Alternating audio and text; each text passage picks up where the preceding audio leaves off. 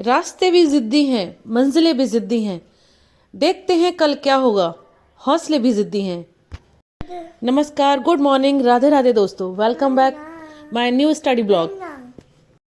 कैसे हो दोस्तों? उम्मीद करती हूँ सब बहुत अच्छे होंगे। ये अगर हम किसी चीज़ को ठान लें, जिद कर लें कि हमें ये काम करना ही है, तो मुश्किलें आ सकती हैं, लेकिन इम्पॉसिबल कुछ भी नहीं है। कि ऐसा नहीं है कि वो काम होगा नहीं, होगा ज़रूर। बस ज़रूरत है हमें एक जिद करके एक रास्ते पे चलने की, दृढ़ निश्चय करके उस रास्ते पे आगे बढ़ते रहने की, किसी कीमत पे ना रुकने की। हम जिस किसी भी एग्ज़ाम की तैयारी करना चाहते हैं या जिस किसी फील्ड में हम आगे बढ़ना चाहते हैं, उसके लिए हमें ठानना होगा, हमें एक जिद पकड़नी होगी कि हमें ये काम करना है, चाहे जितनी भी मुश्किल आ जाएं। अगर हम बात करते हैं स्टडी की, कि हमें स्टडी करके कोई क्वालिफाई करना है, कोई एग्ज़ाम ही क्वालिफाई करना है, तो हमें शुरुआत करनी चाहिए।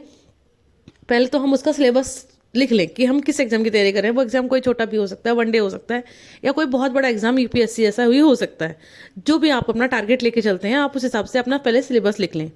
सिलेबस लिखने के बाद उस हिसाब से आपके पास जो बुक्स हैं, ज़रूरी नहीं है कि आप एक साथ सारी बुक्स ले लें, सारी बुक्स को लेकर ही पढ़ना शुरू करें। अगर आपके पास सारी बुक्स नहीं है तो आप कोई एक या दो बुक्स ले लें, क्योंकि कुछ लोग होते हैं कि एक बुक्स को पूरे दिन पढ़ते पढ़ते बोर हो जाते हैं, तो वो दो बुक्स एक साथ खरीद सकते हैं और दो बुक्स से स्टार्ट कर सकते हैं।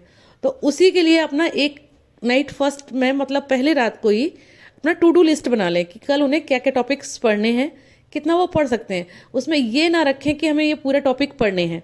जैसे मैंने अपना, अभी मेरा टारगेट है आरएएस का, क्योंकि मेरा एग्ज़ाम है, तो मैं अभी उसी को लेकर चल रही हूँ। तो उसी की मैंने टू डू लिस्ट भी तैयार कर रखी है। एक शाम को मैंने पहले टॉपिक लिख लिए थे कि मुझे ये टॉपिक पढ़ना है। मैंने ऐसा कुछ नहीं लिखा था कि ये टॉपिक मुझे पूरे कंप्लीट ही करने हैं, क्योंकि हो सकता है मैं 1 घंटे पढूं, 1.5 घंटे पढूं, मेरा मन फिर ना लगे उसे पढ़ने में। अगर मैंने वो कंप्लीट करने की ही सोच ली तो मैं फिर उसमें बोर होने लगूंगी, फिर वो मुझे समझ में नहीं आएगा, मैं ज़बरदस्ती बुक्स को लेकर बैठी रहूंगी, तो उसका कोई मतलब नहीं है। जब मैं धीरे धीरे उस टॉपिक को पढ़ने लगूंगी, आज पढ़ा मैंने, आज कंप्लीट नहीं हुआ, तो कल मैं उसे ऑब्वियसली पूरा कंप्लीट कर लूंगी। तो इस तरह से ही आप ही अपना टारगेट डिसाइड करिए, अपना टू डू लिस्ट बनाइए, जिससे कि नेक्स्ट डे के लिए वो थोड़ा ईजी होगा। और हमें पढ़ने के लिए ये नहीं देखना पड़ेगा कि हम कौन सा टॉपिक पढ़ें, कौन सी बुक उठाएं, और कम बुक्स को ही लेकर चलिए। फिर सुबह उठिए मॉर्निंग में, और उसमें जो अपने टू डू लिस्ट में बना रखा है, जो अपनी लिस्ट तैयार कर रखी है कि आपको ये टॉपिक पढ़ने हैं, ये सब्जेक्ट पढ़ने हैं, उसमें से आप एक सब्जेक्ट को, एक टॉपिक को उठाइए, और जब तक आपका मन करता है उसे पढ़ने के लिए आप तब तक पढ़िए। अगर आपका मन सिर्फ 20 मिनट करता है, आपने स्टार्ट करिए, तो आप 20 मिनट ही पढ़िए, उससे ज़्यादा उसे मत पढ़िए। ज़बरदस्ती से पढ़ेंगे तो आपको बोर लगेगा।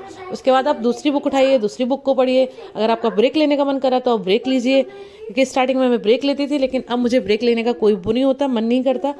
मैं कंटिन्यूस 3 घंटे, 3.5 घंटे, जब तक मेरा मन करे मैं पढ़ लेती हूँ। जब तक मुझे बहुत ज़्यादा नीड ना हो कि मुझे उठना है, ब्रेक लेना है, तब तक मैं नहीं उठती हूँ। फिर उसको पढ़िए और देखिए आपने उस टॉपिक को कितनी देर में कितना पढ़ा, फिर दूसरा टॉपिक पढ़िए। इस तरह से आप अपने उस टारगेट जितना बनाया है, उस सारे टॉपिक्स को एक दिन में पढ़ने की कोशिश ज़रूर कीजिए कि आप उसको कितना कितना पढ़ पा रहे हैं। हो सकता है पहले दिन आप बहुत थोड़ा थोड़ा पढ़ पाएँ, लेकिन जब पूरे टॉपिक कंप्लीट कर लेंगे, पूरे पढ़ लेंगे, तो आपको एक अच्छा फील होगा। आपको लगेगा कि हाँ मैं कर सकती हूँ, या मैं कर सकता हूँ, और मैं आगे बढ़ सकता हूँ। फिर नेक्स्ट डे आप उससे थोड़ा ज़्यादा पढ़ सकते हैं। इन चीज़ों को फॉलो करके आप कंसिस्टेंसी और उस चीज़ को, मतलब आगे बढ़ सकते हैं। और इस कंसिस्टेंसी को तोड़ना नहीं है, उसे हर दिन पढ़ना है, चाहे